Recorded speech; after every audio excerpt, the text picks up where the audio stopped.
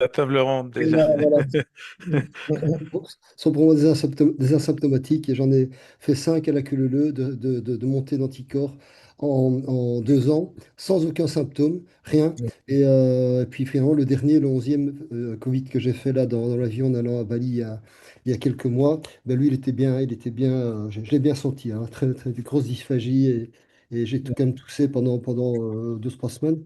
Et je crois que c'est ce qu'on appelait le Frankenstein d'ailleurs. Je crois bien que c'est celui-là parce que Oui, c'est le dernier, là. Il Ouais, devrait trouver ouais. des mots qui font encore plus peur. en fait, moi, je vois ça dans mes patients. Chaque fois que je vois que j'ai un suivi en multifonctionnel pour mes patients, je redose chaque fois les taux d'IgG parce que ça m'intéresse de voir comment. Et je dose également non seulement l'IgG S, mais également le N, nucléocapside. Ouais. Et, Mhm. euh, et donc, j'ai énormément de patients. Je dis, tiens, entre l'année passée et cette année, vous avez augmenté vos taux, donc vous avez fait un Covid. Et puis, j'ai quand même une certaine habitude. Je vais dans les 3, 4 mois, dans l'année qui a précédé, parce qu'on est quand même habitué à voir la hausse des anticorps. Et puis voilà, si je vois que la haine nucléoleptide monte également, ben je sais que c'est un virus, mais sans symptômes. Et les patients disent, ah bon, ben j'ai rien senti, rien, même pas un rhume, rien, conjonctivite, rien, rien, rien, rien. Et je crois que voilà, c'est simplement, ben, on en fait tout sans le savoir. Et voilà, donc parfois il est un peu plus méchant. Voilà, on en a mal de gorge, on tousse, une conjonctivite, on a un gros rhume, on a des problèmes digestifs. Et ben voilà, jusqu'à ce que la fin de notre vie, on en fera plein. Ouais, ben, c'est Ben, ça. Et malheureusement, c'est corrélé avec certains paramètres biologiques. Avec moi, j'ai remarqué que, alors, autant les taux de glutathion que j'avais dans les années précoces après le Covid, on arrivait à trouver des taux quand même qui allaient vers les 1000, 1200, 1000, hmm. 1200. Ouais. Mhm. Autant là, je trouve des taux de glutathion qui sont de l'ordre de 200, quoi, en fait. Mhm. Ouais. Donc, je pense que les gens sont en perpétuel détox de Mhm. cette Ouais. spike et que ça fait effondrer les taux de glutathion. Voilà. Ouais. Ouais, tout à fait. Et donc, c'est pour ça que si tu donnes du paracétamol à ton patient, de Doliprane qui a le Covid, ben, tu le mets très mal, le patient. Alors, moi, par contre, ce que je dose beaucoup plus souvent que le glutathion, c'est le coenzyme Q10. Et là, c'est vraiment spectaculaire. Chez des patients, par hasard, je dose un Q10 parce qu'ils viennent pour un contrôle. Et puis, ils se font un Covid dans les jours ou semaines qui viennent. Peut-être que c'est moi qui l'aurais filé, d'ailleurs, hein, j'en sais rien, parce que j'avais un Covid sans le savoir en consultation. Et puis, on refait une prise de sang par hasard. Enfin, je demande ça à titre scientifique. Je demande le dosage du Q10, mais on voit le Q10 qui est effondré. Mm. Mais c'est quand ils sont symptomatiques. Quand ils sont asymptomatiques, on ne le voit pas. Et donc, c'est vraiment une atteinte mitochondriale lors de certains Covid, et avec ce Q10 qui chute. Écoutez, c'est très passionnant tout ça. On a déjà commencé la table ronde. Oui. Bon, en fait, là, la table ronde, ça concerne un peu l'axe intestin-cerveau, spiropathie. Et en fait, cette table ronde, elle est organisée sur la demande de beaucoup d'entre vous, parce que vous avez assisté à la précédente table ronde qui concernait les complications cardiovasculaires de la spiropathie. On Mhm. avait fait avec Stéphane et avec Georges Obaid. Et donc là, il y avait, au cours de la précédente table ronde, il y avait toute une discussion autour des complications cardiovasculaires, mais on avait abordé ou effleuré un peu le sujet des complications, on va dire, cognitives, neuro, liées à la spiropathie.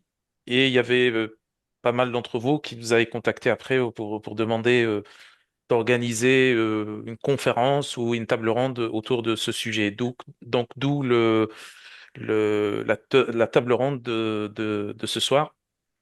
Donc, axe intestin-cerveau et spiropathie.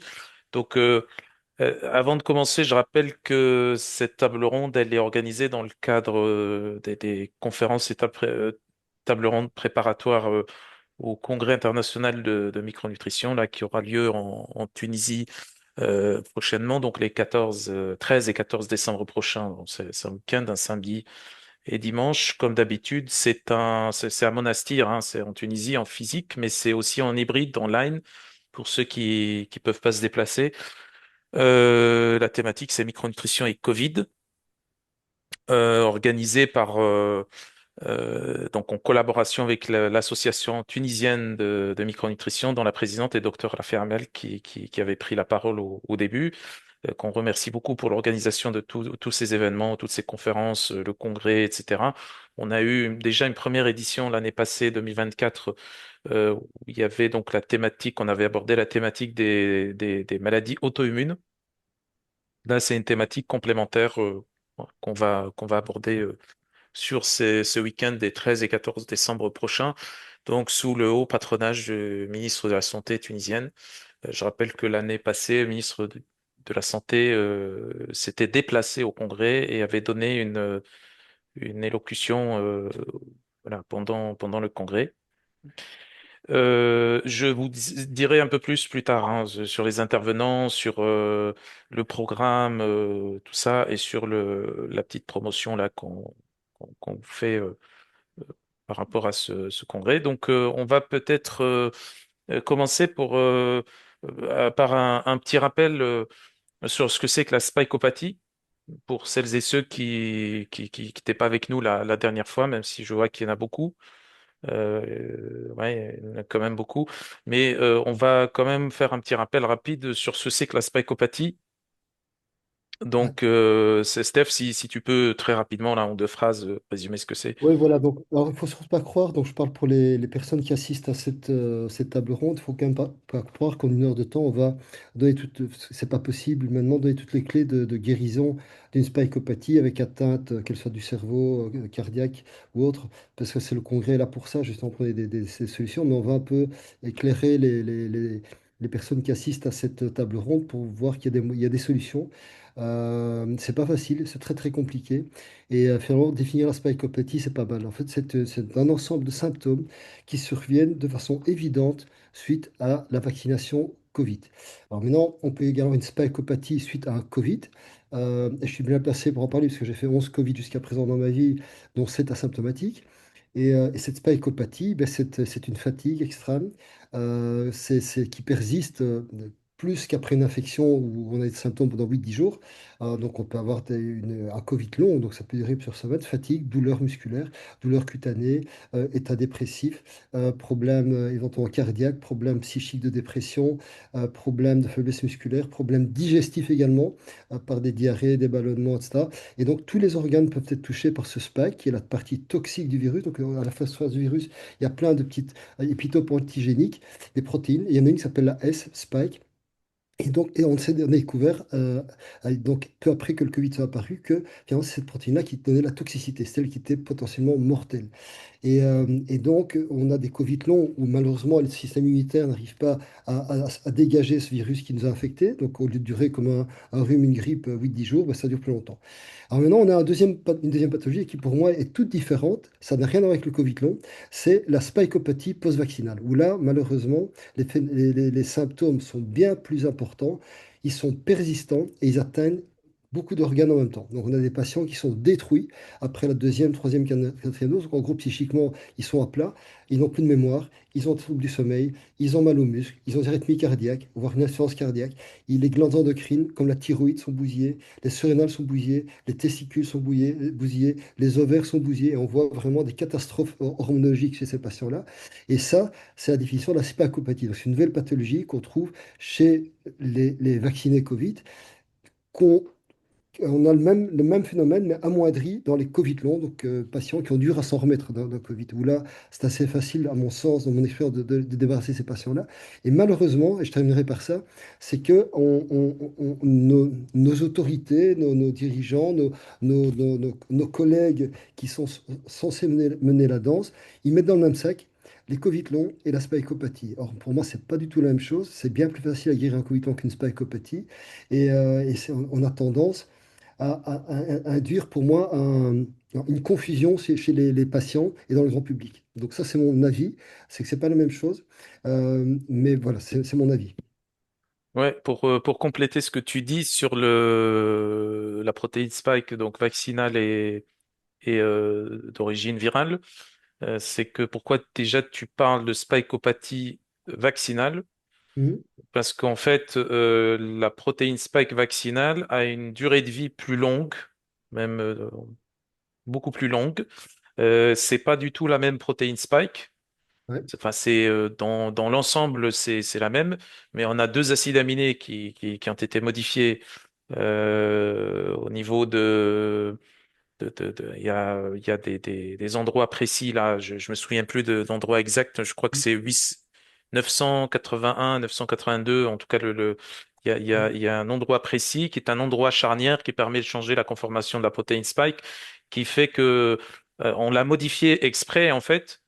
Pour une raison simple, c'est que cet endroit charnière au niveau de la protéine permet le changement de la conformation de la spike et ça permet à la protéine de passer d'un état, ce qu'on appelle un état préfusion, un état fusion ou post-fusion.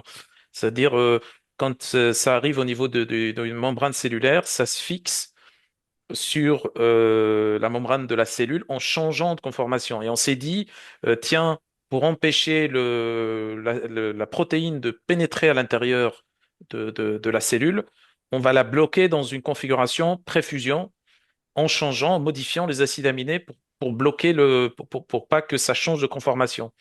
Et en faisant ça, en fait, ce qui s'est passé, c'est on obtient une protéine dont la durée de vie est beaucoup plus longue et qui pénètre quand même dans la cellule. Parce qu'en fait, ça, c'est de la théorie, le fait que ça se fixe, tout ça, c'est par rapport au virus. La réalité, c'est que la membrane cellulaire, elle est on va dire, très flexible. Il y a 1 million de possibilités par lesquelles ça peut passer à l'intérieur de la cellule. Et comme on retrouve maintenant même des ARN messagers, donc des ARN messagers actuellement, là maintenant, ça veut dire en fait, il y a des gens qui ont eu le Covid il y a des années auparavant, ils ont encore la protéine spike, en fait, l'ARN messager de la protéine spike. Ce qui implique que ça s'est intégré dans l'ADN et pas dans l'ADN des cellules matures, dans l'ADN des cellules souches. Mm. C'est ce qui fait que même quand on répare le tissu, parce qu'il y a, voilà, chaque cellule a une durée de vie, même quand on change la cellule, quand il y a pas un processus d'apoptose et qu'on remplace par une différenciation d'une nouvelle cellule souche vers une cellule mature, on a quand même le gène qui code pour la protéine spike qui est là. C'est ce qui explique, là, quand on fait les analyses dont on avait parlé la dernière fois lors de la dernière table ronde, on trouve qu'en fait, la quantité le taux de protéines spike est très élevé dans le sang chez certains patients. Ça ne peut pas provenir, en tout cas, c'est plus rare. C'est quand même plus rare d'avoir ça suite à une infection Covid que suite à une vaccination. C'est même une vaccination multiple. Voilà, je voulais ajouter ce point-là. Donc, spikeopathie, théoriquement, ça englobe l'exposition à la protéine spike virale et vaccinale, mais dans la réalité, c'est beaucoup plus la protéine spike vaccinale qui est impliquée là-dedans. Ça, c'était juste la petite précision. Euh, Bertrand, est-ce que toi, tu as d'autres ajouts par rapport à ça? Alors, avant ça, je ne t'avais pas demandé, désolé, je t'avais pas demandé de te présenter. Parce que pour ceux qui ne te connaîtraient pas, parce que Steph, ils le connaissent là, il est tout le temps là. Oui, bah moi en fait j'ai débuté la micronutrition il y a 35 ans, donc j'ai commencé, j'étais un des premiers en France et j'ai développé beaucoup la biologie fonctionnelle avec tout ce qui est les dosages habituels qu'on fait actuellement, qui on va dire sont plutôt du quotidien maintenant, mais à l'époque quand il fallait doser des bilans de stress oxydatif, on était plutôt considérés comme des médecins ésotériques et donc, il faisait que c'était beaucoup plus compliqué quand il fallait mettre un probiotique il y a 35 ans dans les intestins d'un patient, ça faisait toujours c'était un peu compliqué, mais ça fait quand même du chemin et je vois que ça se développe de plus en plus. Et en fait, voilà, donc si vous voulez, j'ai une quantité de patients depuis 35 ans énorme avec des dossiers de biologie, de clinique, évidemment, et je m'intéresse à toutes les pathologies un peu compliquées, dont la spikeopathie. Donc, je me suis intéressé à cette pathologie parce que bah, j'ai eu des patients qui, comme on vient de le noter, ont une vie complètement effondrée après la vaccination. Et donc, comme tu l'as dit, j'ai bien travaillé sur cette protéine spike ils ont trafiqué la configuration. Et je pense qu'elle a une action antigénique beaucoup plus puissante que celle du virus, ce qui entraîne des dysfonctionnements immunitaires avec les fameux syndromes d'activation mastocytaire. J'en ai énormément. Et effectivement, on a des populations à risque, notamment la femme, avec une baisse enfin, une baisse de la DAO avec l'histamine. Et dans tous les Covid longs, que ce soit l'un ou l'autre, il y a vraiment un type bien particulier de patients qui font des Covid longs ou des spikopathies. Et donc, en fait, on a même des dysbioses au niveau intestinal typiques des Covid longs, puisque ça fait 30 ans que je m'intéresse aux intestins de mes patients, et on suit l'évolution des dysbioses, puisque moi j'ai la chance de pouvoir faire beaucoup de biologie et je suis on va dire le microbiome de mes patients entre deux Covid, par exemple. Ce qui permet de voir, de rétablir la flore intestinale, de traiter vraiment les dysfonctions bactériennes qui se forment avec des bactéries spécifiques du Covid long, quoi, en fait.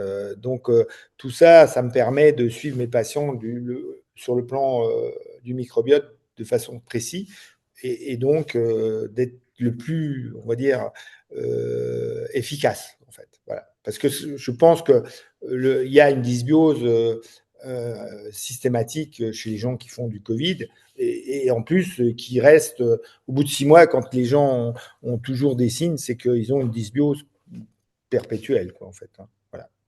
Effectivement, merci pour la précision. Justement, on se souvient très bien, voilà, 2020, 2021, moi j'avais publié, là jusqu'à maintenant, j'ai publié 25 papiers scientifiques, études sur la question du Covid.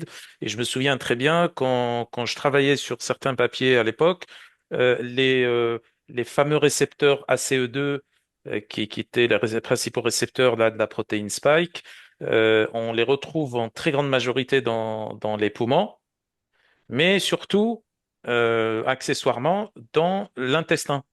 Et c'est peut-être pour ça que ça explique donc les problèmes de dysbiose là, rencontrés très souvent dans le cas et d'hyperperméabilité, dans le cas des Covid lents et de spicopathie. Merci pour cette précision, Bertrand. Et Je alors, crois qu'il y a oui, 20% de récepteurs ACE2 au niveau voilà, intestinal. c'est ça.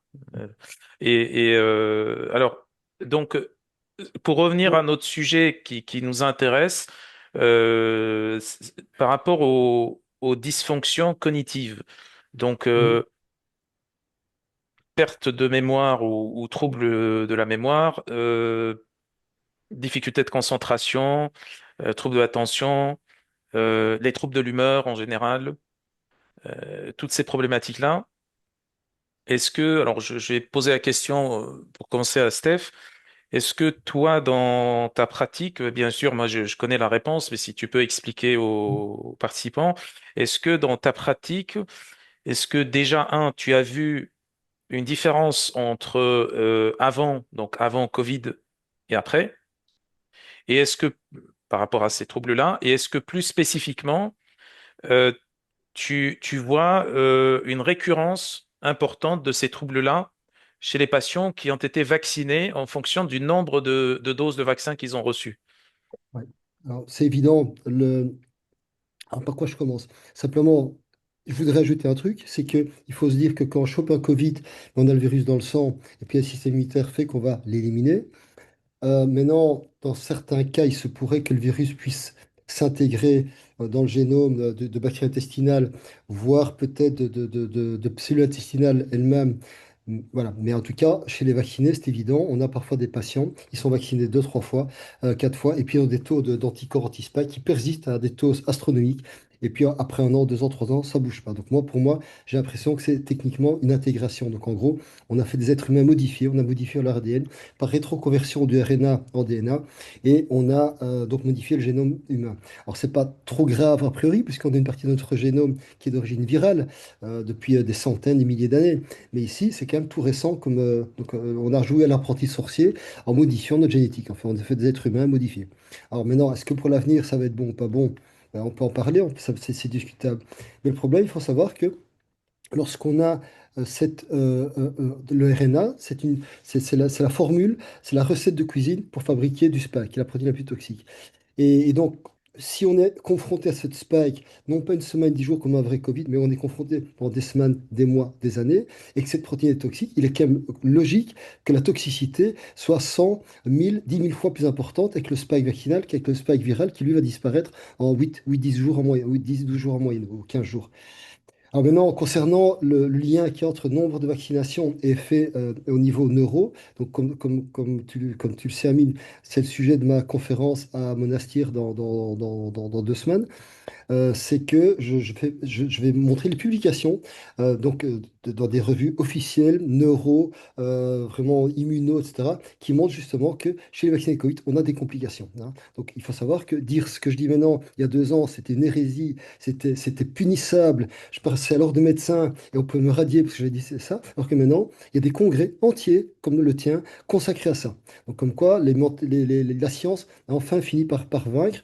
Et maintenant, on peut en parler, on fait des conférences là-dessus, on peut montrer les études, on peut dire qu'en effet, les pauvres vaccinés, 2 3 4 doses, ben, malheureusement, ils payent cher et peut-être pour le reste de leur vie, probablement. Et donc, il y a une forte évolution. Et c'est vrai que moi, je vois chez des patients, encore en gros, un patient ben voilà, ils viennent avec des problèmes. Ils disent, écoutez, là, depuis 3 mois, j'ai écouté, non, pardon, depuis un an, là, j'ai plus de mémoire, j'ai des maux de tête, je déprime et de ça. Et je dis, mais c'est passé quoi il y a un an quand ça a commencé? Tiens, est-ce que par hasard, vous êtes vacciné Covid? Ah oui, je suis vacciné. Combien de doses avez-vous eu? Et quel est le timing de vos doses? Et on retrouve très, très souvent ben, que dans la semaine qui a précédé, les 15 jours qui ont précédé, le mois qui a précédé, ils ont eu une injection. Alors, on va dire c'est le hasard. Mais quand on a ça chez des dizaines, des centaines, des milliers de patients, c'est plus le hasard, hein. Quand on a, voilà. Et c'est vrai que moi, la dose qui pour moi est la plus impactante, c'est la troisième. Donc là, on a vraiment des patients détruits à tout point de vue, mais ici on parle de neuro, au niveau neurologique. Et d'ailleurs, j'ai présenté une conférence sur l'Alzheimer à Paris il y a quelques mois, et il y a des études, en effet, toutes récentes, qui montrent qu'on a jusqu'à 50% de risque en plus lorsqu'on a reçu 3 doses de Covid de faire un Alzheimer, 50% en plus. Donc c'est pas rien, on arrête de dire que c'est le hasard, hein. Et c'est vrai que on fait le lien, justement, quand on interroge le patient, on fait le lien. Maintenant, dans tous les hôpitaux bruxellois, mais je le sais par les collègues qui travaillent aux urgences, on a un patient qui arrive avec un infarct, un AVC, une thromboembolie. Eh bien, une des premières questions qui est posée à ce patient qui arrive en urgence, c'est, tiens, est-ce que vous avez reçu un vaccin Covid récemment? Donc, c'est que même dans le cas des urgentistes, la notion est passée. Oui. Merci donc pour ta précision. Donc oui, on organise des congrès maintenant, sauf qu'on est un peu gentil parce qu'on l'organise en Tunisie, le congrès. Donc c'est pas un congrès organisé à Paris. On n'est pas pour l'instant on n'est pas suicidaire, donc on va rester gentiment en Tunisie au soleil et parler de ça. Pour celles et ceux qui sont intéressés, vous pouvez vous inscrire soit en venant sur place à Monastir, soit en vous inscrivant en ligne. Donc les 13 et 14 décembre prochains. Covid et micronutrition, c'est un congrès, on l'a nommé comme ça pour rester un peu gentil, mais en fait, on va parler de spicopathie. En gros, pour faire simple, il y aura des conférences sur la spicopathie, sur les complications de la spicopathie, sur des solutions, des protocoles, tout ça. On aura des différents intervenants qui viennent d'horizons très différents. Euh, donc des intervenants, bon, vous connaissez Castronovo, je vais pas vous le présenter non plus. Donc Philippe Imbert, il sera avec nous sur place pour parler de son approche en fait de prise en charge de la spicopathie et du Covid lent. Jean-Paul Curtet, même chose. Bon, Stéphane qui est ici avec nous. Malheureusement, on n'aura pas Bertrand avec nous. Une prochaine fois peut-être. Euh, Christensen, Jenny Christensen, qui est spécialiste de métaux lourds canadienne, qui va intervenir sur les métaux lourds. Georges Obaid, qui est cardiologue, qu'on a eu lors de la dernière conférence, enfin, table ronde, qui va parler des complications cardiovasculaires. Il y aura Bruno Donatini aussi, qui va parler aussi des complications du Covid spikeopathie sur le microbiote, etc., etc. Donc, on aura différents intervenants. Donc, pour celles et ceux qui ne sont pas encore inscrits, n'hésitez pas. Il reste pas beaucoup de place, hein. La dernière fois, c'était bouclé au bout de, je crois, 3 ou 4 jours. Et il y a eu même des réclamations et on a ouvert de nouvelles places. Et c'est quelques dizaines de places là. On a quelques dizaines de places qui sont libres en présentiel et en ligne aussi. Voilà, donc ça c'était un petit peu la petite séquence publicité pour le congrès. N'hésitez pas à vous inscrire maintenant. Sinon, je vais donc merci Steph pour la précision. Je reviens donc vers Bertrand pour poser la même question en fait. Est-ce que toi, tu as vu un avant et un après? Est-ce que il y a jusqu'à quel point tu estimes bah, approximativement un peu la prévalence d'augmentation de ces troubles-là, cognitifs, troubles de l'humeur? C'est intéressant parce que le point de vue du clinicien est le plus pertinent dans ce truc-là. Comme je disais la dernière fois, je disais à George Obaid, le problème qu'on a avec cette pandémie Covid, c'est que, les études, quand on lit les études, on voit que c'est complètement déconnecté de la réalité, n'est-ce pas? On parle là, la plus grande étude qui a été faite sur le vaccin et sa sécurité par rapport, par exemple, aux, aux endocardites. Il disait 4 ou 5, 4 ou 6 cas par 100 000, ce qui est pas exact, hein. En pratique, on voit que c'est pas vrai. C'est une très grande étude, hein, publiée dans The Lancet et tout, hein. Et quand on regarde un peu ce qui est rapporté par, tu sais, on exploite les données de statistiques des différents services et agences dans différents pays et où on rapporte les données, c'est-à-dire les données sont rapportées par les patients eux-mêmes. C'est ce qu'ils considèrent comme étant des effets secondaires dus au vaccin, qui sont apparus après le vaccin, ils viennent les rapporter directement. Ça aussi, c'est biaisé. On ne peut pas savoir. Donc, la meilleure donnée qu'on a maintenant, c'est le clinicien qui a l'habitude de voir un certain nombre de troubles Ouais, et qui a vu avant et après. ouais, Donc ça, c'est la donnée la plus pertinente.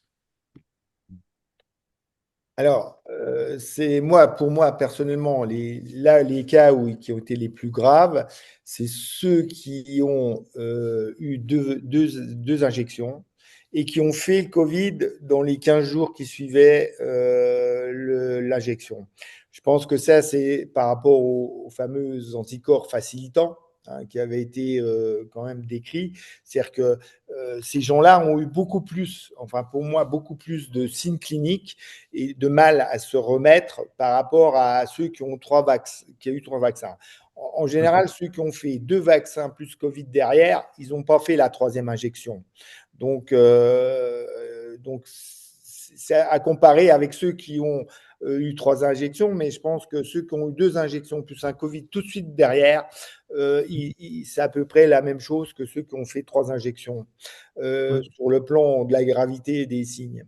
Alors, moi j'effectue beaucoup de PET scan au 18 FDG dans ces foutus Covid longs, et on voit bien qu'il y a quand même un hypométabolisme cérébral qui, de plus en plus, alors moi je demande vraiment les signes pour voir, parce qu'il y a toute une série de signes cliniques, effectivement, qu'un médecin lambda va prendre la personne pour une folle ou une spasmophile, etc. Mais effectivement, dans tous les mécanismes, on va dire, de dysfonctionnement de l'organisme à cause de cette protéine spike qui se fixe sur les récepteurs ACE2, on a une totalité de signes comme les vertiges, les acouphènes, les insomnies, enfin, sur le neuropsychique, en fait, qui est très, très, très disparate entre ce fameux brouillard cérébral. Moi, j'ai des gens qui m'ont bien décrit ça, mais avant qu'on parle de ce brouillard cérébral. C'est-à-dire que les gens, c'est même eux qui ont déterminé le terme. Ils me disaient, mais docteur, c'est comme un brouillard. Je ne raisonne plus comme avant, je suis plus concentré, etc.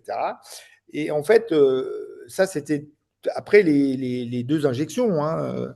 Et en fait, je pense que plus les gens ont de la spike, plus il y a une neuroinflammation qui fait que ces signes s'aggravent. Si vous... Et donc, ces PET scans, en tous les cas, au 18-FDG, ça permet de faire un diagnostic aux gens et de leur expliquer qu'ils ont un mauvais fonctionnement cérébral qui entraîne des troubles probablement divers et variés et qui expliquent les symptômes. Parce que souvent le médecin dit il faut aller voir le psy et ça leur fout un coup de bambou, quoi. Ils pensent qu'ils sont fous, quoi. Enfin que leur médecin ne les écoute pas déjà et que effectivement moi j'ai bien rétabli tous ces signes avec la dysfonctionnement du système parasympathique, avec le GABA, enfin, tout ça c'est l'hypotension orthostatique et j'ai tout répertorié et les gens une fois que je coche ces symptômes, bah, ils ont compris que ils sont dans le problème de la psychopathie en fait. Voilà. Hmm. Et qu'est-ce que tu penses, Steph, là, de ce que dit Bertrand sur les deux doses et ensuite le Covid? Il a entièrement raison, entièrement raison. J'ai souvent constaté ça. Mais il faut savoir que pour le public qui nous écoute, c'est parfaitement compréhensible puisqu'on sait qu'à chaque injection, on a une baisse de l'immunité. L'immunité, c'est notre système de défense contre les virus, les bactéries, les cancers. Et on a un dérèglement de l'immunité également, ce qui fait qu'on a énormément de maladies auto-immunes qui ressurgissent chez des patients en rémission ou bien qui développent une maladie auto-immune telles que lupus, sclérose en plaques, polyarthrite post-vax. Et donc, on a une Ironie, tout à l'unité. Donc, c'est vrai que c'est un nouveau variant du Covid qui arrive et qu'on vient de choper une injection qui fait diminuer l'immunité. Eh ben, ce variant, on se le chope et on a le phénomène justement des anticorps facilitants qui est décrit d'ailleurs par Hmm, hmm, Henrion Code. hmm, Avant que les vaccins soient sur le marché, elle a dit attention, c'est la spécialiste française du RNA, hmm. et elle avait bien dit attention, on va droit dans le mur, on va avoir des pathologies liées aux anticorps facilitants. Donc pour le grand public, c'est simplement on fait des anticorps contre le vaccin, donc grâce entre guillemets au vaccin. On fait des anticorps contre le variant en cours ou le variant précédent, ce qu'on est souvent à côté. Et donc tout le système immunitaire, il y va à fond. Ok, je vais me défendre contre ce virus d'il y a quelques mois, quelques semaines ou qui est peut-être déjà plus là. Et tout le système immunitaire se bat contre ça. Et puis un nouveau variant qui arrive, et là, on est désemparé. Le corps n'arrive plus à se dépatouiller contre ce virus-là. Et il a une baisse de défense. Et on fait un Covid gravissime. Alors que si on n'avait pas été vacciné, on aurait fait un Covid comme un rhume ou une grippe.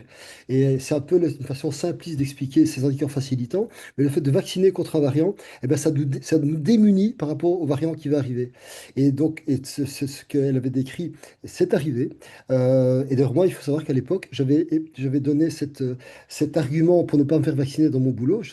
J'opérais dans deux hôpitaux et je reçois une missive en disant, comme tout le personnel médical, vous allez devoir vous faire vacciner contre le Covid. Et moi, j'ai dit, écoutez, c'est pas possible, j'ai déjà fait deux Covid. Donc moi, je ne vais pas me faire vacciner puisque j'ai déjà fait la maladie. Ça ne se fait pas. Et en plus, j'avais émis cette hypothèse anticorps facilitant. Et bien, j'ai eu bien raison de ne pas le faire puisque cette théorie de l'époque, elle s'est avérée vraie.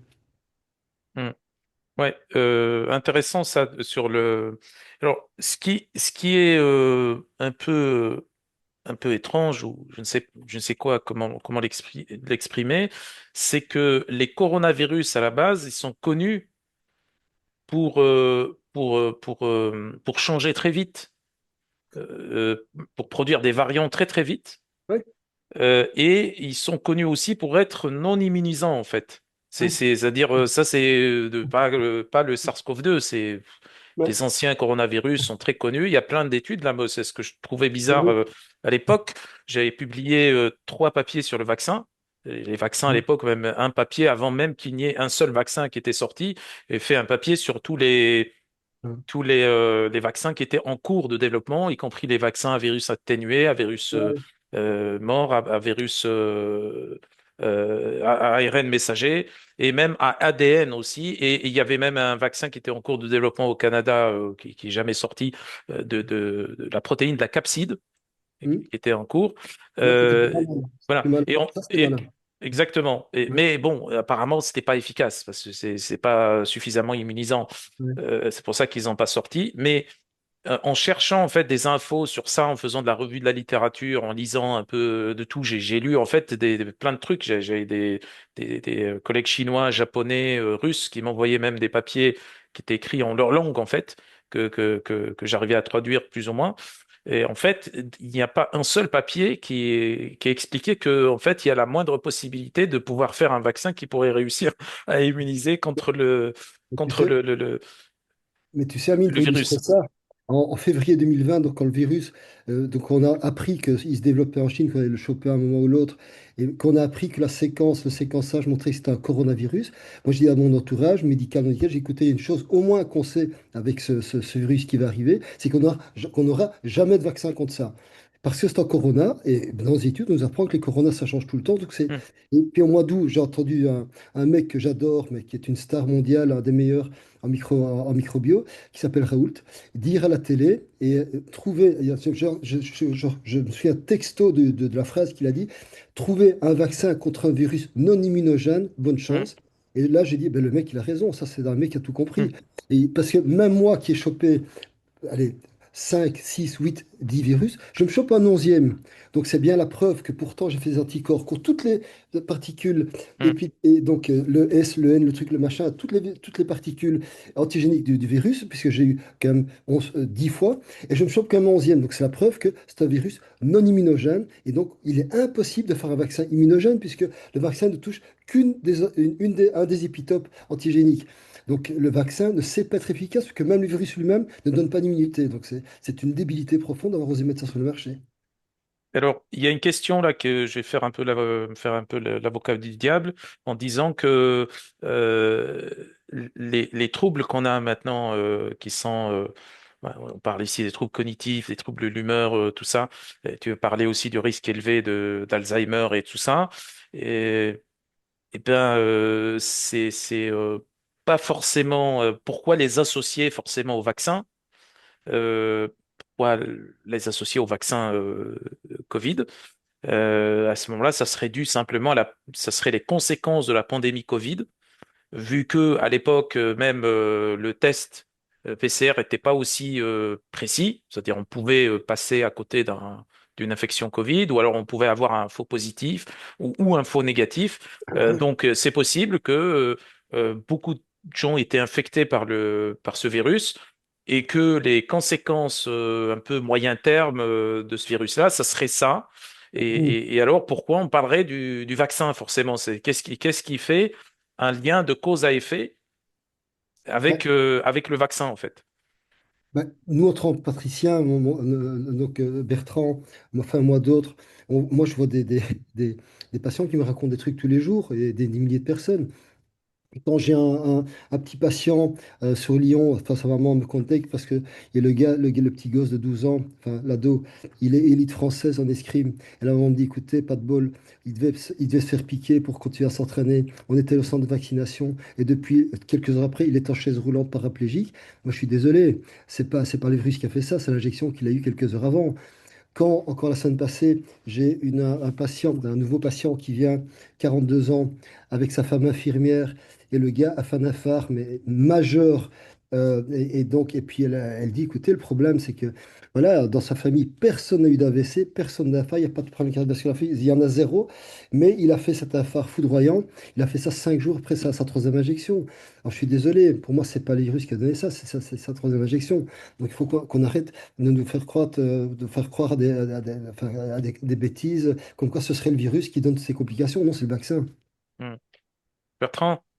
Alors moi, alors là, je vais tout à fait dans le sens de Stéphane parce que je peux vous dire que j'ai tous mes patients, enfin très nombreux patients, ont une connaissance, un ami, un membre de la famille qui était en bonne santé et qui a fait un problème cardiovasculaire. Alors myocardite, ça c'est encore le moins grave, mais un infarctus. Le nombre d'AVC que j'ai pu entendre de mes patients en disant mais moi j'ai mon voisin qui a fait un AVC qui allait courir tous les jours, j'ai mon neveu qui faisait du sport et qui a eu un infarct, et ça c'était du pain quotidien tous les jours. J'avais, parce que je sensibilisais un peu les gens à cause de ce dysfonctionnement endothélial avec les dédimères que moi j'ai fait systématiquement à mes patients aussi, et qu'on a vu et qu'on a galvaudé en fait avec les anticorps anticardiolipines encore maintenant.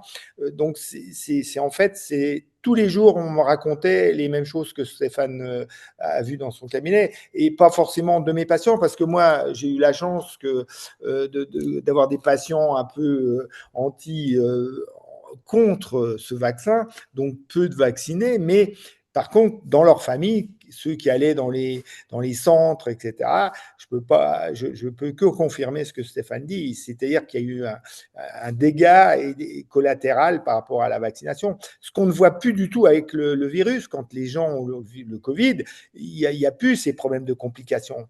Donc là, je suis sûr et certain que c'est la vaccination qui a provoqué toutes ces pathologies secondaires liées à la spirochaetie. Ça, c'est clair. Ça n'a rien à voir. La spirochaetie vaccinale n'a rien à voir avec la spirochaetie Les virale. virus. Viral, oui. Ça, c'est clair. Ouais, effectivement. Donc là, c'était juste pour préciser quelque chose ces arguments qui reviennent souvent de l'histoire c'est une corrélation n'est pas un rapport de cause à effet. Oui, une corrélation n'est pas un rapport de cause à effet, mais méthodologiquement parlant, quand vous comprenez un minimum certains mécanismes et quand vous avez quelque chose qui est aussi reproductible, eh ben, ça fait un rapport de cause à effet. Oui. Ça ne peut pas être autre chose que ça. C'est pas un biais, c'est pas le biais voilà de deux phénomènes qui sont complètement déconnectés. Là, au contraire, on parle de deux phénomènes, donc les pathologies dont on a parlé et la spirochaetie, qui sont justement suspectés, fortement suspectés d'être en lien. Et on est en train de s'interroger sur le rapport entre les deux. C'est pas deux phénomènes qu'on a pris comme ça au hasard par-ci par-là, qui n'ont rien à voir les uns avec les autres, et on est en train de s'interroger avec le rapport de cause à effet parce qu'il y a une corrélation. Non, il y a un lien évident déterminé par les mécanismes, déterminé par pas mal d'études, tout ça, même si le lien de cause à effet n'est pas parfaitement démontré, et ben là, avec les informations qu'on a dans ce qu'on appelle des informations cliniques, qui sont en fait des informations basées sur l'observation empirique, et ben c'est tellement reproductible qu'on peut se permettre de parler d'un rapport de cause à effet. Mm. Ça, c'était juste une question là. Et il y a une autre question intéressante ici. Est-ce qu'un virus sauvage peut récupérer une protéine spike vaccinale? Protéines, hein. Ainsi, les vaccins auraient fait des mutants supplémentaires. Ça, c'est une question qui était posée à l'époque lorsqu'on vaccinait. On disait, il faut surtout pas vacciner lors de pics de pandémie parce que l'ARN messager du vaccin peut s'intégrer dans les virus et ça peut créer des mutants qui sont encore Ouais. plus compliqués à gérer, effectivement. Et On alors, s'est j'ai posé la vu, question. Ouais. ouais, On s'est posé la question, hein. Et j'ai pas vu de réponse nette à ça, Claire. Alors, moi, Amine, il y a une question quand même qui m'interpelle très fort. Là, c'est Marjorie Guerrier qui pose la question. Finalement, quel traitement proposez-vous aux patients? Alors, il faut savoir que on est, il y a, c'est une, donc, je dis toujours, ce vaccin, c'était une phase 3. Donc c'est à l'état de recherche, donc avec des premiers essais qui devaient concerner quelques centaines, quelques milliers d'humains. Mais cette phase 3 n'a pas été terminée. On a combiné phase phase 3, 2. 6 mois. 6 mois, dans beaucoup de pays, c'était 6 mois, voire moins. Ouais, on a combiné phase 2, phase 3. On n'a même pas terminé la 2, qu'on a entamé la 3. Mm. Et puis finalement, on a laissé sur le marché cette thérapie de phase 3 qui devait être arrêtée s'il y avait des effets secondaires. Et on a quand même autorisé la mise sur le marché définitive. Alors que normalement, dès que dans tout vaccin qui a été mis sur le marché, enfin, il y a des vaccins célèbres contre la malaria, comme la dengue, qui a créé des catastrophes lors des essais cliniques de phase 3. Qu'est-ce qu'on a fait? On l'a retiré du marché, on l'a mis à la poubelle. Mais ici, déjà après des millions de morts, des dizaines de millions de morts, on persiste avec ce truc sur le marché, alors que normalement, dans tout test bien conduit, on aurait dû l'arrêter dès les premiers morts, en fait, ou les premiers atteintes graves, même non mortelles. Donc, on est marché sur la tête avec ce truc. Alors maintenant, moi, sur le terrain, qu'est-ce que je fais quand je suis aperçu d'une spirochaetie? Il me contacte, docteur Isimon, voilà, j'ai des séquelles post-vax, je crois que je commence un Alzheimer, j'ai plus de mémoire, je déprime, voire j'ai fait un affaire, enfin, une dame qui a des règles alors qu'elle est ménopausée, ou une petite jeune qui a plus de règles alors qu'elle voudrait avoir un gosse. Ah, voilà, tout ce genre ce genre de choses qu'on me propose de prendre en charge. Au début, je prenais en charge, et maintenant, je dis, écoutez, je suis désolé. Il faut aller chez quelqu'un d'autre. Moi, je m'occupe plus de ça. Pourquoi? Parce que j'ai tellement de demandes tous les jours que je ne veux plus. J'arrête parce que j'ai envie de faire d'autres choses en médecine que de prendre des post-vax du matin au soir et du soir au matin. Et le week-end également, on est noyé, enfin moi en tout cas, noyé sous les demandes. Et, euh, et donc, voilà, donc je suis un très défaitiste. J'en ai guéri des spasmopathies. Des gens font parfaitement qui ont remercié 1000 fois en disant que ils devaient récupérer leur vie d'avant. Mais c'est compliqué parce qu'il faut comprendre que la toxicité, c'est pas que le cerveau, c'est pas que le cœur, c'est pas que la thyroïde, c'est pas que la surrénale, c'est pas que les muscles, c'est pas que les polynévrites. C'est tous les organes qui peuvent être touchés. Et donc, c'est un peu comme un pompier qui serait dans un, une zone de maisons, avec des centaines de maisons, et il y a le feu qui se déclenche partout. Et ce pompier, ou ce groupe de pompiers, ils doivent courir de maison à l'autre et un peu effacer l'incendie là-bas, traiter là-bas, là-bas, là-bas. Et finalement, ils tournent en rond dans ce parterre de maisons, et ils arrivent finalement à éteindre le feu d'aucune des maisons. Moi, j'ai parfois cette impression-là, c'est que j'ai devant moi un patient qui était impacté par le vaccin. Il a tellement de problèmes, je suis plus donné de la tête. Il est en neuroinflammation. Ok, neuroinflammation, je connais. Le nerf vague communique avec l'intestin. Il faut voir si l'intestin n'est pas enflammé. On peut donner du butyrate parce qu'il agit à la façon inflammatoire le cerveau. Il y a des produits de la phyto, plein de plantes qui sont anti-neuroinflammation. On peut également favoriser le BDNF, le facteur d'information neuronale. On peut également traiter le SAMA, syndrome mastocytaire, avec atteinte de l'intestin, puisqu'on déclenche des histaminoses digestives et des SAMA avec ce vaccin. Et puis de l'autre côté, le patient a une arythmie cardiaque, il a des POTS, il a une tension variable, il a une arythmie cardiaque, et puis également, il a une atteinte de la thyroïde avec 20 symptômes d'hypothyroïdie, et puis il a également un cortisol, une DHA qui s'effondre. Donc on doit tirer dans tous les sens, parce que ce patient, il est impacté dans tous les coins de son corps. Et c'est tellement difficile parce que moi, je veux bien, j'ai un hypothyroïdien, je le suis, je demande qu'il m'envoie un mail 15 jours après. Est-ce que vos 20 symptômes d'hypothyroïdie ont disparu? Donc je suis content que tu aies le même traitement. Mais ici, le problème, c'est que le patient devrait m'envoyer un état des lieux pour chaque organe touché. Et autant je réponds gratuitement aux questions des patients en post-consultation pour les aider, autant là, il faudrait une soirée par patient, ce qui est pas gérable. Et donc, c'est pour ça que je dis, désolé, moi, allez voir un autre collègue parce que moi, j'ai plus le temps, ni le courage, ni l'énergie de suivre des patients comme vous, qui malheureusement, ou des gens comme vous, que je connais pas encore, qui ont tellement d'effets secondaires. Donc, il y a moyen de gérer on me demande comment faire, mais il n'y a pas une recette de cuisine. Donc, la dame qui pose la question, je dis, si tu sais, si j'ai une pilule magique pour traiter les spikopathies post-vax, eh ben, je la donnerai à tout le monde. Mais c'est vachement, vachement compliqué parce qu'il faut être compétent en endocrino, en microbiote, en micronut, en nutrition. Il faut, c'est un travail de titan, en fait. C'est bien plus difficile de soigner un post-vax que de guérir une fibromyalgie en quelques semaines, hein. C'est un autre boulot. Et donc, il n'y a pas de recette miracle. Alors maintenant, on a eu de l'espoir, on a toujours de l'espoir en se disant, OK, ce spike, malheureusement, le patient est devenu une machine à faire du spike de façon industrielle avec des taux supraphysiologiques. Et donc, je vais essayer de couper le spike en petits morceaux en donnant des enzymes, bromélaïne, nattokinase ou autre. Et c'est ce que je fais. Euh, et donc, je dis, va, prenez de la nattokinase, estomac vide, 4000, 8000 unités par jour, et de la bromélaïne. Et j'applique ça, le protocole Makulov avec la curcumine éventuellement. Mais oui, j'ai des cas spectaculaires. J'ai des gens qui m'écoutaient depuis que je prends ça. J'ai plus mal nulle part, j'ai plus de douleur musculaire. Donc, ben, je vais vachement mieux. Mais il y a d'autres patients chez qui ça marche pas. Et voilà. Et donc, je sais pas Euh, quoi faire. Très bien. Bertrand, t'as une solution? Quand même un peu moins défaitiste que Stéphane, puisque bon, j'ai même pris une assistante pour pouvoir répondre aux patients, parce qu'effectivement, j'ai un peu, moi j'avais fait un podcast sur la protéine spike il y a 1 an, et j'ai des gens qui m'appellent de toute la France pour ce problème de Covid. Alors, j'ai essayé effectivement, et comme dit Stéphane, c'est partout, il y a le feu partout.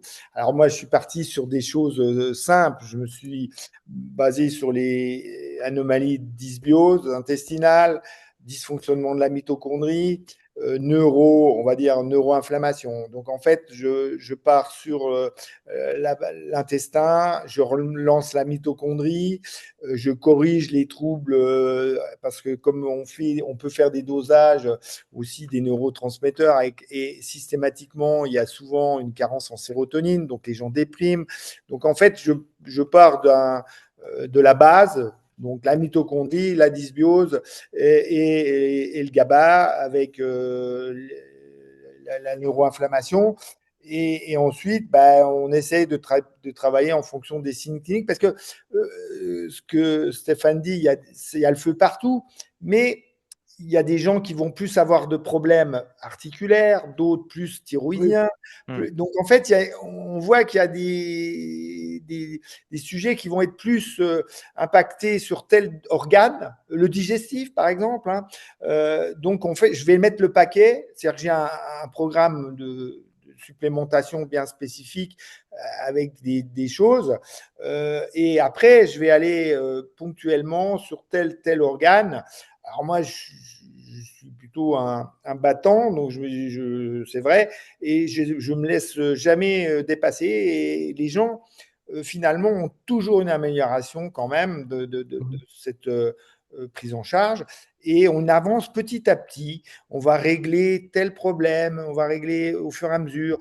Euh, Évidemment, la dysbiose entraîne les candidoses, donc c'est souvent lié. Hein. C'est-à-dire que le Covid, il y a aussi une candidose digestive. Donc, en fait, j'avance pas par pas, tout en essayant d'améliorer la vie des gens, parce que il y a toujours quand même il faut bien leur faire comprendre justement ce dont on parle, que c'est long et en même temps, il y a toujours une solution. Voilà. Alors moi, je suis plutôt porteur d'espoir parce que je pense qu'on arrivera à trouver les moyens. Chacun utilise peut-être des recettes à droite à gauche. Moi, j'ai ma recette et en fait, bah, j'ai quelques bons résultats, comme dit Stéphane. Il y en a qui sortent assez rapidement, d'autres, c'est beaucoup plus compliqué par rapport aux vaccins et au nombre de vaccins qu'ils ont eu. Mais je ne désespère pas. Je pense qu'il y a toujours possibilité de pouvoir trouver des solutions. Mais c'est chronophage, comme dit Stéphane. Moi, je travaille 14 heures par jour avec des assistantes et pour répondre, malheureusement, à tous ces gens malheureux qui ont leur vie qui ont été cassées, quoi, en fait. Hein. Ouais, effectivement, c'est un sujet très complexe et effectivement, on avait déjà abordé cette question lors de la dernière table ronde sur pourquoi on a un type d'atteinte chez tel patient et pas chez un autre, où on a un autre type d'atteinte. C'est très complexe comme effectivement comme syndrome. Euh, donc là, je suis en train de lire. Oui. Ah, est-ce que vous pouvez activer le micro là pour Stéphane? Euh, ok, je suis en train de regarder ouais, s'il y a des questions finalement, quel traitement proposez-vous dans ça? On a alors, déjà je là. donne un exemple, Oui. Amine, justement, j'ai développé lors du congrès de Monastir. Imaginons qu'on a un patient, il se fait sa troisième dose et puis il développe une clinique d'Alzheimer. Mais vraiment avec tous les symptômes cliniques typiques, éventuellement confirmés par une mesure des noyaux de la base, on voit une réduction de l'hippocampe, on voit des signes typiques à l'imagerie cérébrale, un hypométallus cérébral visible à la scintille, etc. Et on se dit, bon, ok, bon, il fait un Alzheimer qui était déclenché par la troisième dose, la quatrième dose de vaccin Covid. On sait qu'il y en a beaucoup, beaucoup, et des très jeunes actuellement. Et un problème, c'est que la prise en charge mais, est complexe parce qu'il faut connaître pourquoi un patient fait un Alzheimer. En fait, le simple fait d'infraver le vaccin n'est pas suffisant. Il y a des tas d'autres facteurs. Il y a un terrain Mm, préalable. Peut-être que la patiente qui développe cet Alzheimer, peut-être qu'elle a une ménopause non soignée. Donc on sait déjà qu'on a mm, énormément plus d'Alzheimer chez les patientes non ménopausées non traitées hormonalement. Peut-être que la patiente a un déficit en vitamine D. C'est une des 36 causes déjà détectées par Bredesen il y a plus de 20 ans dans les mm, causes de Covid. Peut-être que la patiente a un rapport cuivre sur zinc qui est, qui est élevé, qui est une cause de neuroinflammation. Et donc, il faut reprendre tout le protocole de prise en charge d'un Alzheimer. Ce qui est complexe, hein, il y a de l'hormono, il y a les micronutes, il y a de la nutrition. Peut-être que la patiente mange encore du gluten, qui est une cause bien connue d'Alzheimer. Peut-être que il y a également comme cause, il y a, je sais pas moi, un manque de sélénium, qui est une des causes. Peut-être que la patiente a un diabète type 2, on appelle le diabète type 3 d'Alzheimer, donc il faut la guérir de son diabète type 2 en même temps. Et donc on voit que quand on me demande est-ce qu'il y a un traitement pour les complications du spike, oui. mais c'est hyper complexe. C'est pas, il n'y a pas une recette de cuisine pour tous les cas de figure. Et ce que je remarque quand même, c'est que je suis moi vachement admiratif, mais très admiratif, par rapport aux personnes qui ont modifié ce virus pour le mettre sur le marché, pour le larguer dans la nature, parce qu'ils ont fait un truc qui est très pointu, très bien foutu. Il a toujours l'art, ce virus, d'aller taper là où la personne a une faiblesse. Moi, par exemple, Effectivement. j'avais une séquelle cardiaque d'une myopéricardite quand j'avais 20 ans suite à un virus Coxsackie. Donc, j'étais hyper sportif et j'ai eu une myopéricardite avec, enfin, soit. Et donc, et cette myopéricardite virale, ah, c'est pas comme les péricardites suite au vaccin qui sont auto-immunes, hein. Ici, c'est une myopéricardite auto-immune post-vax. Moi, c'est une myopéricardite purement virale. Et donc, j'ai guéri, j'ai pas eu de séquelles, sauf une petite cicatrice dans le cœur. Et à mon troisième Covid, j'ai fait une arythmie cardiaque qui a dû être opérée. On a fait une ablation. Et donc, je me dis, putain, il a trouvé, j'ai une faiblesse à mon cœur, et c'est là qu'il a tapé mon troisième Covid. Et par contre, mon assistante, elle, c'était un problème au niveau des reins, elle a fait une insuffisance rénale à son deuxième ou quatrième Covid. Et donc, c'est vraiment, s'il y a le terrain, comme tu disais, il y a les antécédents qui jouent énormément. Le terrain immunitaire, surtout, ça Ouais, crée des déséquilibres immunitaires majeurs. Là, les personnes qui sont intolérantes à l'histamine, c'est une catastrophe. ouais, Les personnes qui ont des virus à réactivation. Je sais que on avait parlé de ça l'année passée, ouais. là. On avait fait Mm, les maladies auto-immunes. On avait justement abordé ça avec le professeur mm, Oumouna qui disait que c'est un virus qui vient réactiver tous les autres virus dormants, en fait. exactement. D'ailleurs, il y a je crois qu'il y a une question, quelqu'un qui parlait de ça ici. Alors, il y a une autre question intéressante. La spirochaete peut-elle être transmise de la mère au fœtus? Je dirais que oui, dans le sens où, alors, si l'ARN messager de la spike s'intègre dans les gamètes, oui, absolument. Ouais.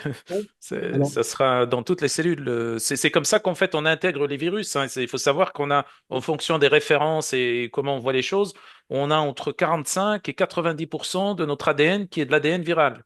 ouais. 45 et 90%. Raoul dit 90%. Les moins, on va dire, ceux qui diminuent au plus ce pourcentage, c'est 45%, c'est la moitié d'ADN viral. Donc, c'est pour ça que je disais tout à l'heure, peut-être que cette intégration virale de l'ADN viral donc, dont souffrent certains de nos patients, est-ce que c'est vraiment mauvais pour l'avenir? Probablement. Est-ce que c'est bon? À mon avis, il y a peu de chance. Parce que voilà, il y a des intégrations virales dans notre génome qui font qu'on n'est plus viable. On meurt ou on n'est plus fertile. Donc moi, ce qui me fait toujours peur, c'est quand j'ai des jeunes, des ados, des jeunes adultes, hommes ou femmes, chez qui je vois qu'ils ont été vaccinés il y a 3 ans, ils ont des anticorps toujours explosé à des taux faramineux. J'ai très peur, je leur dis, hein, j'ai très peur que malheureusement, si vous vous reproduisez, vous filiez ça à votre gosse, hein. Parce que si il y a une intégration dans le génome du papa ou de la maman, on ne sait pas ce que ça va donner. C'était encore l'état de recherche, hein, donc je disais, c'est une phase 3 qui est pas encore terminée. Et alors, dernière chose, c'est spectaculaire, je parlais il y a quelques semaines avec une collègue qui est réanimatrice en néonatal. Donc en gros, elle réanime les petits gosses qui sont en mauvais état à la naissance.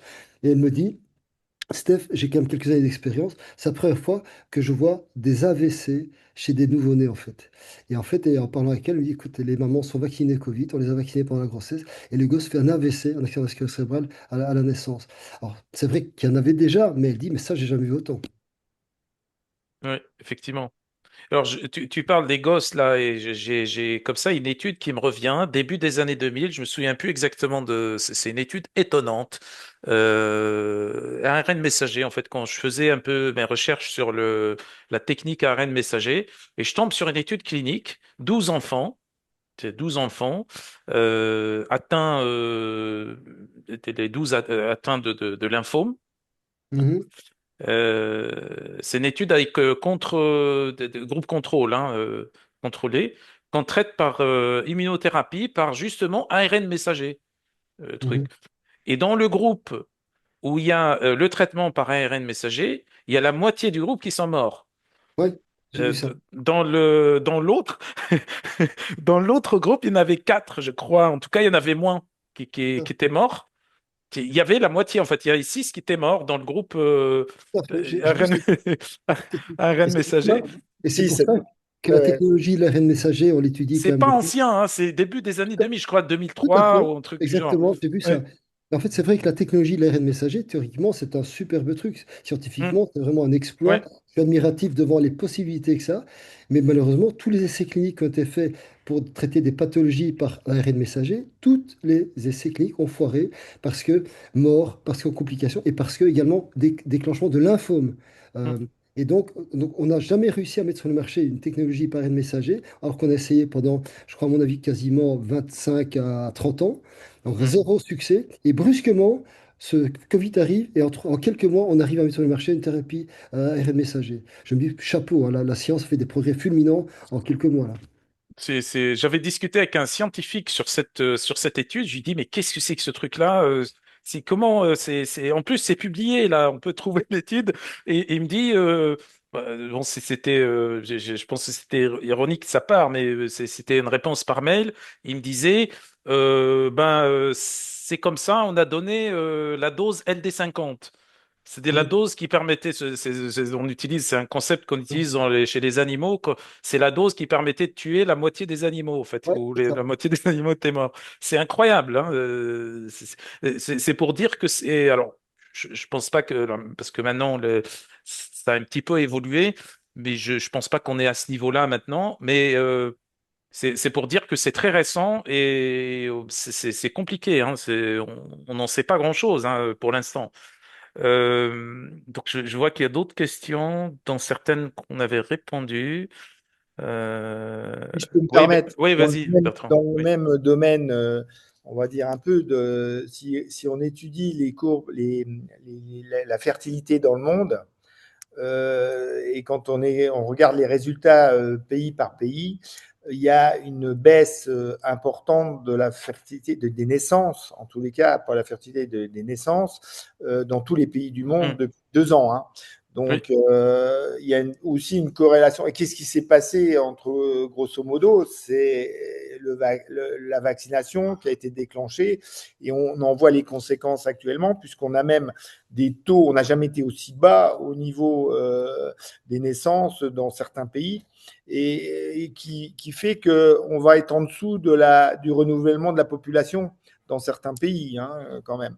Et effectivement, pour revenir aussi sur les études des vaccins, j'ai eu enfin, des renseignements sur quoi, en fait, on n'avait pas pris forcément les femmes en activité génitale comme cobayes, entre guillemets, et que le vaccin n'a jamais été étudié sur hmm. le cycle féminin et sur les complications du cycle. Donc il y avait en même temps, on va dire, des études tronquées, puisque la population n'était pas hétérogène, elle avait été un peu ciblée, quoi, en fait, d'après ce que Oui. j'avais lu dans certaines publications.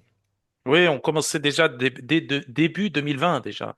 Dès début 2020, je me souvenais de une étude, c'était pas revu par des pairs parce que on publiait très vite, et c'était une étude qui était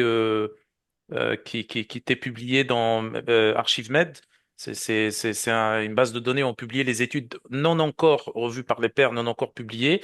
Et là, ça parlait déjà d'un impact sur la fertilité masculine à l'époque, que ça diminuait la motilité des spermatozoïdes. Mmh. Et ensuite, quelques mois plus tard, il y avait trois études qui étaient publiées déjà sur la femme, et la diminution de la fertilité de la femme chez la femme. C'est ce qui quand même, c'est incroyable. Là, on a Frédéric Broussard qui nous dit, après un an, voire plusieurs années après la dernière vaccination, je constate de nombreux cas de patients avec des anticorps IgG anti-spike à plus de 10 000. Ouais. Est-ce Ouais, un ouais. argument suffisant pour évoquer une spikeopathie vaccinale, si clinique associée? J'ai envie de dire que oui. C'est absolument, c'est impossible qu'on ait ce taux d'anticorps comme ça. C'est certainement une protéine spike qui est modifiée, donc qui reste là perpétuellement et qui en plus s'est intégrée dans les cellules souches. Ouais. Moi, Effectivement, perso, ouais. j'ai quand même des sérologies pour quasi tous mes Covid, sauf le premier, ça n'existait pas encore. Eh bien, je monte à des taux de 800, 1000, je redescends, je remonte à parfois 1200, à 900, je suis monté une fois à plus de 2000, puis je suis redescendu. Donc, normalement, naturellement, ça monte et ça descend, les anticorps de spike. Mais quand ça reste élevé comme ça, c'est qu'il y a un problème quelque part, c'est pas normal, il y a un truc qui se passe. Ouais, effectivement. Ouais. Alors, par exemple, effectivement, il y a des gens, moi, mon record d'anticorps, c'était 95 000. Ouais. C'est-à-dire après une vaccination. Donc, ce gamin, enfin, c'était un gamin d'ailleurs en plus, donc c'est sûr qu'il ne va pas évoluer dans le bon sens, hein. Mm. Normalement, on va dire que maintenant, on est capable de faire le diagnostic en dosant les anticorps entre ceux qui ne sont pas vaccinés et les vaccinés. Parce que Ouais. les non-vaccinés, ils sont en général en dessous de 1000, sauf Mm. toi, peut-être Stéphane, parce que tu l'as eu beaucoup, Ouais. mais ça tourne entre presque 20 et on va dire 500. Les gens qui ont les vaccins, deux vaccins et un ou deux ou trois Covid, ils sont dans les 5000 actuellement. Et puis, il y a ceux qui vont de nouveau. J'ai eu un patient, il a refait une infection, 12 000 d'anticorps d'un seul coup, alors qu'il était Hmm. à 200. Donc, en Mhm. fait, on a vraiment des variations immunitaires en fonction de chaque personne. Mais quelqu'un qui fait des taux énormes après un Covid ou un vaccin, c'est clair qu'il il va évoluer vers la spicopathie, ça c'est sûr. Alors, Hmm. ce que tu dis, c'est vachement intéressant parce que moi, je me suis fait supprimer mon compte Facebook en 2021 parce que j'ai mis une publication de l'Institut Pasteur France, donc ce ne sont pas des complotistes, ce sont des pro-vax, hein, a priori. Et cette publication qui date de 2017, le titre, c'était en fait attention, enfin, ne jamais mettre sur le marché des vaccins qui montreront trop, qui entraîneront des taux trop élevés d'IgG, parce qu'il y a un risque de caillot, il y a un risque de mort subite. En 2017, Pasteur disait ça, avant qu'on parle de Covid. J'ai osé mettre la photo de cet article sur mon Facebook, sans parler du Covid. Résultat, mon Facebook était supprimé par Facebook. J'ai dû aller en justice. Ça m'a coûté 55 000 euros pour le récupérer. J'ai dû prendre des avocats spécialisés. Enfin, c'est un peu fou. C'est fou ce qu'on voit. C'est dingue. C'est dingue. Eh ben, écoutez, merci pour. Alors, là, je vois ici. Pourtant, le vaccin serait finalement intéressant dans ce cas. Étude Ah publiée oui, dans la aussi revue pour le grand Nature, public qui etc. nous écoute, il Ouais. faut savoir que certains labos ils ne donnent pas les vrais taux d'IgG. Ils mettent un cut-off point. Ils disent Hmm. au-dessus de 2080. Parce que je connais ça, parce que comme je suis dans le scientifique chez LIMS, en fait, LIMS était tellement, entre guillemets, emmerdé par des coups de fil, des trucs, des machins, de patients inquiets parce qu'ils avaient des taux à 5000, 10 000, 15 000. Et donc, ils ont dit, bon, on va pas on va arrêter les dégâts ici. On va mettre au-dessus de 2080. Mais au-dessus de 2080, ça peut être 5000, 10 000, 20 000, 90 000. On ne sait pas. Ouais. C'est- Ok. Ok, ça marche. Eh ben, écoutez, je pense que bon, c'est une discussion très intéressante, mais malheureusement, on est obligé de s'arrêter là. Juste petit rappel, deuxième édition du Congrès international de micronutrition à Monastir en hybride. Pour ceux qui viennent sur place, vous êtes les bienvenus à Monastir les 13 et 14 décembre, c'est un samedi dimanche. Pour ceux qui peuvent pas, vous pouvez assister online, donc en direct online. Sinon, pour ceux qui ne peuvent ni en présentiel ni online, vous pouvez avoir le replay en différé jusqu'à 6 mois après l'événement. La thématique, c'est micronutrition et Covid, mais en fait, on va clairement parler de spiropathie, un peu comme ce qu'on vient de discuter ici avec des différents conférenciers, comme je disais tout à l'heure, je parle ici pour celles et ceux qui viennent se connecter. Donc, on a un large panel d'intervenants qui viennent d'horizons très différents et qui vont parler de spiropathie, des complications liées à la spiropathie, chacun dans sa spécialité, et aussi des solutions et des propositions de solutions pour chacun. Vous avez le programme sur le site atsm.tn, atsm.tn. Vous avez le programme, vous avez toutes les infos, la liste des intervenants, et vous avez aussi l'inscription. Vous pouvez vous inscrire sur le site. Alors là, bon, c'est juste le tarif ici sans en dinar tunisien, mais vous avez aussi sur le site atsm.tn, vous avez les tarifs en euros aussi pour ceux qui veulent s'inscrire. Il y a une réduction 750 dinars tunisiens, je crois que ça correspond à quelque chose comme 240 euros ou quelque chose comme ça pour le présentiel. Et sinon, vous avez une réduction aussi sur le online à 150 euros, je crois, euh, pour ceux qui veulent s'inscrire online. Vous avez un certificat de formation, comme d'habitude, comme tous les congrès que j'organise. Vous avez le replay disponible jusqu'à 6 mois après. Ok, et bien sûr, pour celles et ceux qui sont sur place, ben, vous avez tout l'accès à nos partenaires, aux stands qui sont sur place. Et ceux qui sont pas là, qui sont online, ben, vous êtes aussi les bienvenus. Vous pouvez poser vos questions. En général, on répond à la plupart des questions aussi online. Voilà. Merci pour votre attention. Alors, l'offre est disponible uniquement sur les 5 prochains jours, hein. Vous allez recevoir à partir de demain le replay de cette table ronde. Et donc, à partir de là, il faut compter 5 jours. L'offre est disponible uniquement 5 jours. Voilà. Merci. Les places sont très, très limitées. On a dû en rajouter là pour celles et ceux qui avaient réclamé. Merci pour votre attention. Merci beaucoup, Bertrand. Donc, si tu as quelque chose à dire, vas-y, pour à titre de conclusion. On va dire, il faut toujours de l'espoir, hein. Je veux dire, en Oui, micronutrition, on a toujours des solutions. Elles viendront peut-être un peu tardivement parce que justement, on est là pour essayer de faire avancer le schmilblick, comme on dit. Et bah, voilà, bah, pour tous ces gens qui sont un peu dans cette, on va dire, merde, comme on dit, et ben, ma foi, il faut leur laisser un peu, on va dire, il y a des solutions pour chacun individuel. On ne peut pas donner des traitements vraiment spécifiques pour cette spicopathie parce que je pense que chaque personne réagit différemment. Mais je pense qu'il y a des solutions et je suis très heureux de participer à ça parce que moi, je propose des choses, mais je pense que chacun doit mettre sa pierre à l'édifice et peut-être avancer dans tel domaine, telle complication, etc., pour essayer de trouver des solutions aux gens, quoi. Voilà. merci beaucoup, Bertrand. Merci. Donc, Bertrand était l'invité surprise de ce soir. Stéphane, si tu as un mot de conclusion, je sais que tu Bah, vas partir. ben là, je suis à Amsterdam, j'ai un congrès ici de, demain matin. Mais Tu bon, connais la chanson sur le port ouais, ouais, je d'Amsterdam. connais très bien. Moi, je n'irai pas sur le port d'Amsterdam. J'aime pas. Non, mais voilà, c'est vrai que je suis un peu pessimiste, mais pas pessimiste par rapport au traitement, parce qu'on arrive vraiment à tirer les patients d'affaires. Mais je suis très pessimiste par rapport à l'énormité de ce qu'on a devant nous, à ce qu'on doit prendre en charge, ce qu'on doit devoir prendre en charge. Moi, je dis toujours, OK, il y a des centaines de milliardaires qui se sont faits grâce au vaccin Covid. Mais malheureusement, ça va encore être bien pire maintenant. C'est les traitements et les prises en charge des patients atteints par les atteintes, les effets secondaires de ce vaccin. Là, ça va être le gros lot pour tout le monde. Merci beaucoup, Stéphane. Merci, Bertrand. Merci à tout le monde. Merci à Dr. Rafia d'avoir organisé cette table ronde.